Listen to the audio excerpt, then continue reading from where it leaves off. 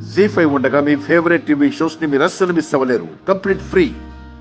అది కాదు లక్ష్మి, నాకేమైనా కష్టంగా ఉందని చెప్తే నువ్వు నా గురించి చాలా కంగారు పడతావు. నీకెందుకు ఇబ్బంది అని. మీకు కావాల్సింది చేయడానికి నాకు ఇష్టం ఉంటుంది, కానీ ఇబ్బంది ఉండదండి. నీకు ఇబ్బందిగా ఉండకపోవచ్చు, నాకుంటుంది.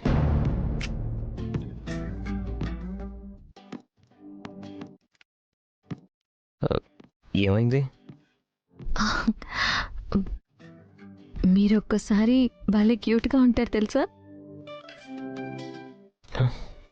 క్యూట్గానా? అవును. మీకు ఒక విషయం తెలుసా?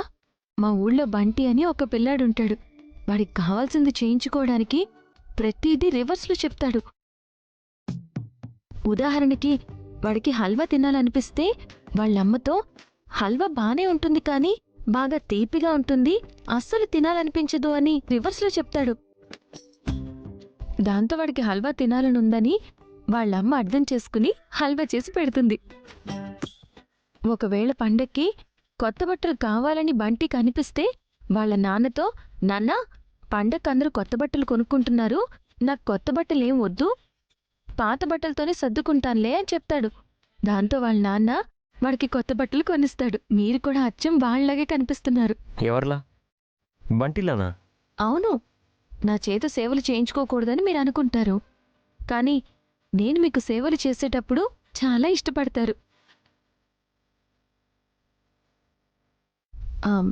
ఆ ఇష్టం మీ కళ్ళల్లో నాకు కనపడుతుంది.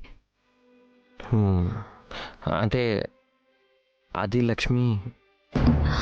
ఏమండి, మీ మైండ్ సెట్ నాకు సరిగ్గా తెలియకపోయినా మీ మనసు మాత్రం ఎంతో కొంత నాకు తెలుసు. నన్నేమైనా అడగాలనిపిస్తే ఆలోచించకండి, చెప్పాలనిపిస్తే మొహమాట పడకండి. ఎందుకంటే మీరు ఎప్పుడు ఏది అడిగినా చేయడానికి నేను సిద్ధంగా ఉంటాను కాబట్టి.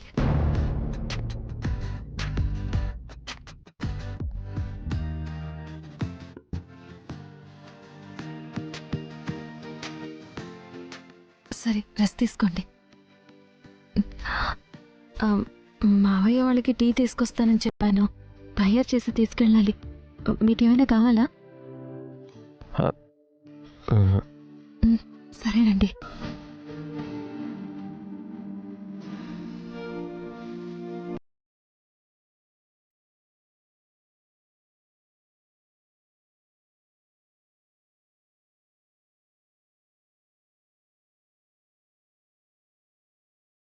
నేను ఆయన భార్యను. నా ప్రాణం పోతున్నా తట్టుకోగలను, కానీ ఆయనకి ఏదన్నా అయితే నేను సహించలేను అత్తయ్య.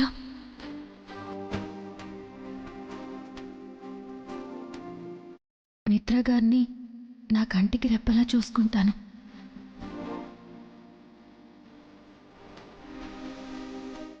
మీరంటే మీ భార్యకు చాలా ప్రాణం సార్.